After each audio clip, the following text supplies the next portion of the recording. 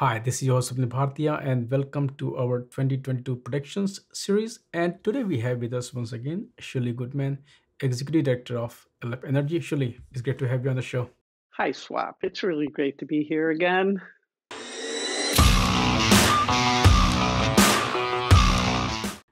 Before I ask you to pick up your crystal ball and share your predictions, quickly tell us what is elec Energy all about? Well, I'd like you to think about LF Energy as ground zero for decarbonization of power systems, transportation, and built environment.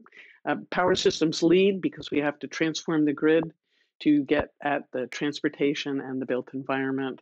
And what we're talking about is the non-differentiated code, the plumbing, and we are an open software, open hardware design, and open specifications design community. And we're an ecosystem that lives inside the Linux Foundation. Excellent.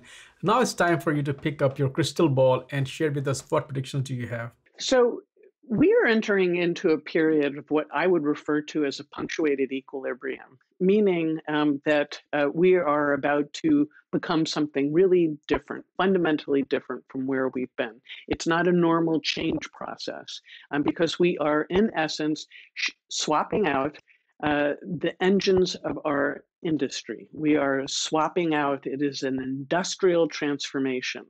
So my first prediction is that the planet and business are going to begin to go all in terms of trying to understand what does it mean to actually decarbonize.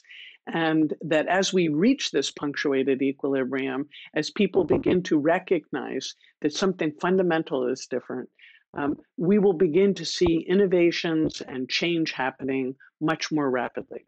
Systems enter into punctuated equilibriums because they either do not have the resources to meet their needs or because something fundamental has changed in their goals. So the goal of the planet in the next 20 to 30 years is industrial transformation. Industrial transformation is going to drive all sorts of future seeking. And when I say future seeking, what I mean is that there's a dominant paradigm that begins actively looking towards the future and understanding what are actually the signals for the future about the direction that we're going. And so I see 2022 as really a very important stepping off point for innovation and industrial transformation. Part of what is unique about industrial transformation is that we cannot have one company in a sector, let's say a big box store, one big box store, actually decarbonize and the other ones not. And so the implications is that if this is not a collective effort, in other words, if IKEA, Walmart, all of the various different big box stores don't all together collectively decarbonize, then we essentially will drive off the climate cliff. And what I mean by driving off the climate cliff is that we will reach a point in which those businesses will begin to lose their customers because their customers are actually under way too much stress in terms of extreme weather, losing their jobs because industries, droughts, all sorts of events that we can't barely predict now. So future seeking and then industrial transformation and seeing whole sectors actually line up together in terms of changing their fundamental transformation. The third thing that I would say is that as the planet goes future seeking, part of what it's going to find is that there are very few places that actually can act as kind of sanctuaries for pre-competitive transformation. And what I mean by that is that it's very important that there are political assessments and political will to transform. So you might have, for instance, the UN or a COP26 make statements about political alignment. But those are not technical communities. And so one kind of waves a flag and creates guardrails, and another one actually creates the conditions for the future to emerge. And so I see the Linux Foundation and LF Energy as one of the most important places on the planet for industrial transformation. Part of what was incredibly important about the Paris Accord was the establishment of an agreement that we need to stay to 1.5 degrees in order to ensure that we don't drive off that climate cliff. So if the first parts of industrial transformation are transforming our power networks, one of the things that is, that I predict is that the first 50% of decarbonization we perhaps can achieve with brute industrial strength. And I say, go at it, go use that brute industrial strength and begin laying down the pathways to the future. But the second 50% actually requires a very different approach because in many ways it's a bottom-up approach. It's looking at all of our appliances, our devices, all of our processes, all of our things that pull electricity, including information and communication technology and all of our cloud computing, internet networking.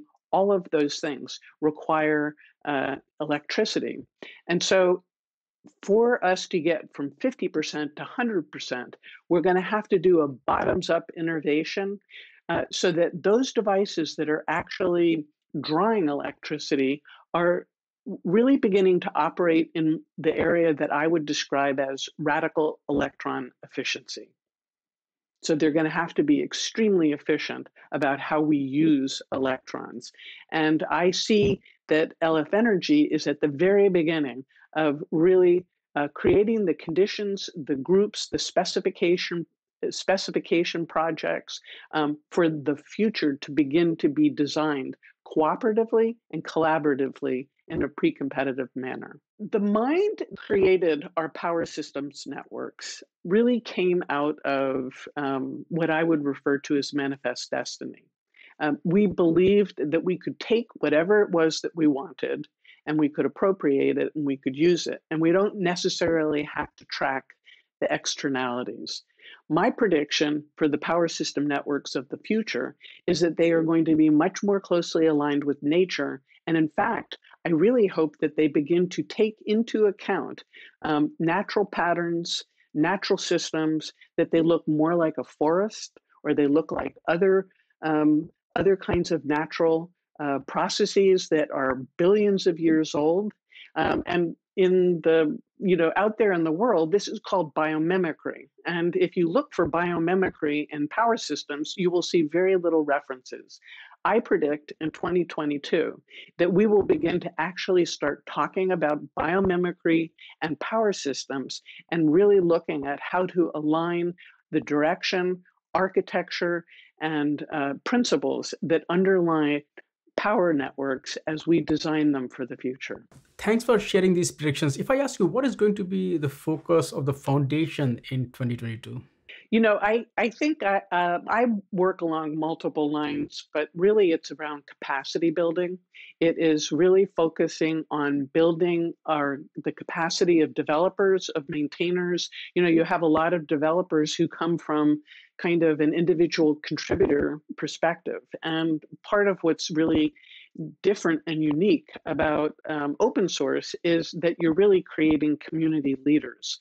And so I think that one of our most important focuses for 2022 is going to be on building and enhancing the capacity of our maintainers and developers. I would say the second thing on a more technical level is really around data and data architectures and being able to ensure the integration of our ambitions around decarbonization into the physics of the grid. Right now, carbon accounting kind of stands outside physics, and we need to actually enable carbon as being part of the physics of the grid so that when we look at planning and investments, that we are aligning ourselves with the direction, our North Star, which is decarbonization. So I think those two things. Shuli, thank you so much for not only sharing these predictions, but also sharing the focus of the foundation in next year. And as usual, I would love to have you back on the show next year, not only to have a scorecard and see which one of your predictions turned out to be true, but also get predictions for the next year. But thanks for your time today. Thank you very much, Swap. I really appreciate the opportunity, and I want to wish everyone who is watching a healthy and happy new year for yourselves, for the things that you care about, the people that you care about. Go out, hug a tree, do something that actually gets you engaged in the transformation of power systems and decarbonization. Thank you very much.